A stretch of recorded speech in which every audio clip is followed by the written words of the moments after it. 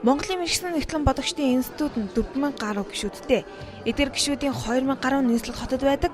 Гишүүдийн дунд Монголын мэргэжлийн нэгтлэн бодогчдын институтээс 3 дугаар сарын 28-наас 1 сарын хугацаанд мэргэжилтэд баярлалаа энийг явуулж эхэлсэн.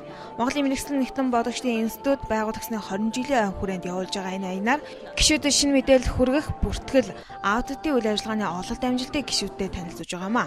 Мөн 20 жилийн ой хүрээнд хийгдэх ажлууд болоод 2016 онд хийх ажлуудаа гишүүдэд тайланглаа.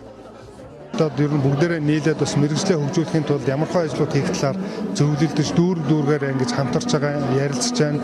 За үүнийг далгамдуулаад бол бас дүүргийн нийт мэргэжлийн нэгтлэн бодогчдыг хооронд нь уулзалдуулах ийм арга хэмжээнүүд зохион байгуулж байгаамаа.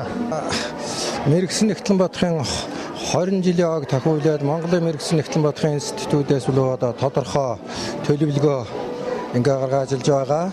Түүний хүрээнд л манай Баянголчууд л бас нэлээдгүй ажлыг бол одоо хийж байна.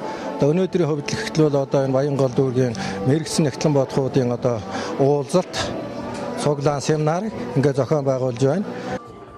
Баянгол дүүргийн хувьд 280 гаруй мэргэжлийн нэгтлэн бодогч байдаг. Дүүргийн мэргэжлийн нэгтлэн бодогчдын ур чадварыг нэмэгдүүлэхийн тулд олон үйл ажиллагааг дүүргийн хэмжээнд явуулдаг гэдгийг хэлсэн.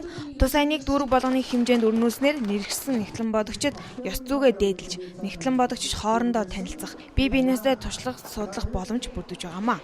Аяны хүрээнд энэ сард Улаанбаатар хотын хаан уул, Сонгон хайрхан, Чингэлтэй, Баянгол, Сүхбаатар, Баянзүрх гэсэн 6 дүүрэгт Монголын мэргэжлийн нэгтлэн бодогчдын институтын нээлттэй удирдлагыг зохион байгуулахаар болжээ.